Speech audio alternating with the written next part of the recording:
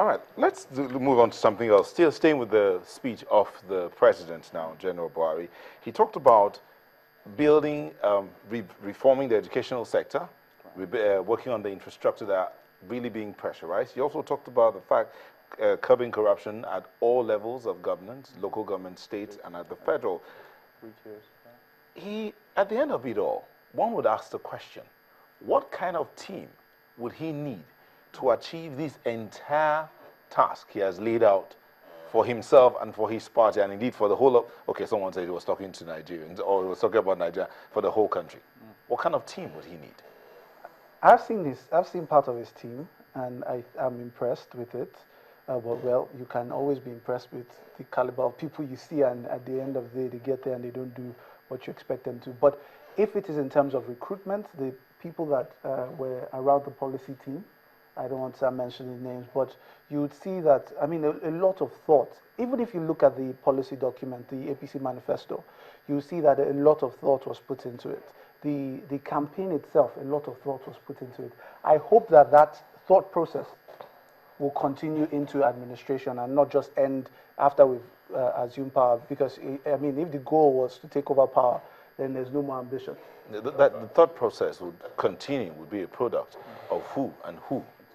No, I mean, the thought process was what recruited the people that came together to create the policies that got them here. So if that same thought process is still there, I believe they can, because if you look at what is on ground, okay, for instance, the power sector. In Nigeria, we believe that throwing money at problems is the way to solve it. It happens with every one of us. Your car is faulty, it keeps giving a recurrent problem, you think of giving to a better mechanic. Then you keep thinking of a higher mechanic. You just think throwing money at the issue is the problem. With power, I don't think throwing money at it is the issue. We've thrown enough money at it. We need to come back and rethink the policy we have around the power sector, for instance. What we need to do is create independent power projects everywhere.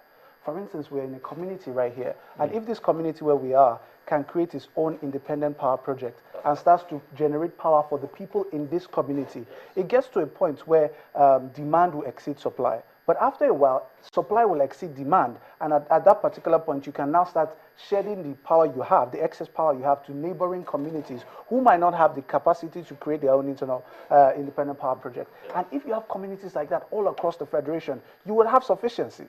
And while the present DISCOs and GENCOs can focus on the industries and the manufacturing sector, I mean, it's just thinking. It's all about thinking. So thinking. Who are the kind of people, qualities? Yes. Let me get to Mr. Afolabi, Mr. Additional. Mr. Afolabi.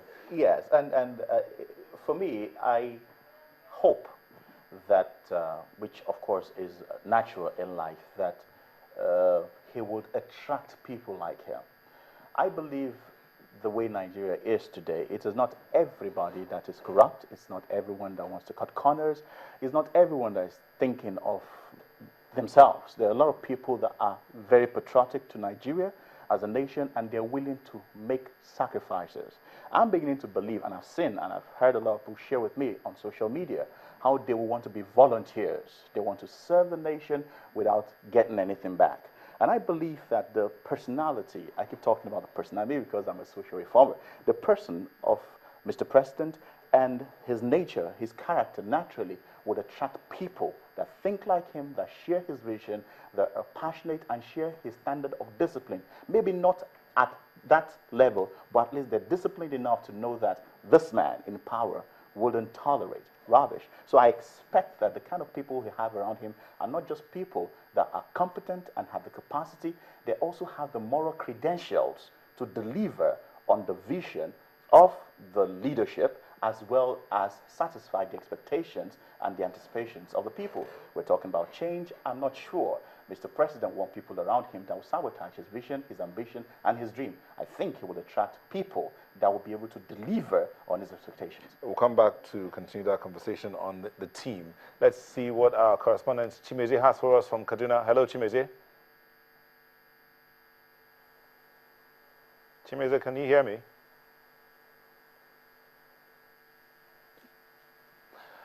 Well, we lost our connection again. We'll keep trying, and we'll keep trying to reach out to all our correspondents to get their feedback, what's happening in their state. We're talking about, you talked about integrity, moral credentials, and capacity, you said. Yes, sir. Yeah, Mr. Deshina, you were going to say something about the team. Well, I agree with what the last speaker has said, very, very essentially. You need people that will share your dream.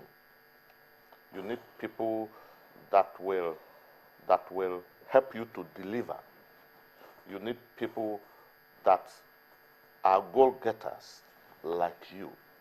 You don't need anybody that will pull back what you are trying to achieve. You probably do not need people that believe in maintaining or retaining the status quo. You need people that will change that status quo.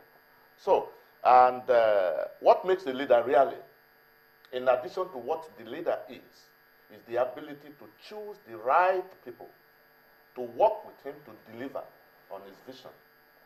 So, I do believe and hope that he will be able to choose those that will help him to achieve the goal. The goal is clear, and I believe is very clear-headed in what he sets out to achieve. Like I said, this is not a president that has got there by chance. Go and be president. We have had history in this country where an individual aspires to be a senator, and he ends up being the president of the country. And for several months after installation, they were still thinking of what they will do with the power they have got. I hope that is not going to repeat itself here.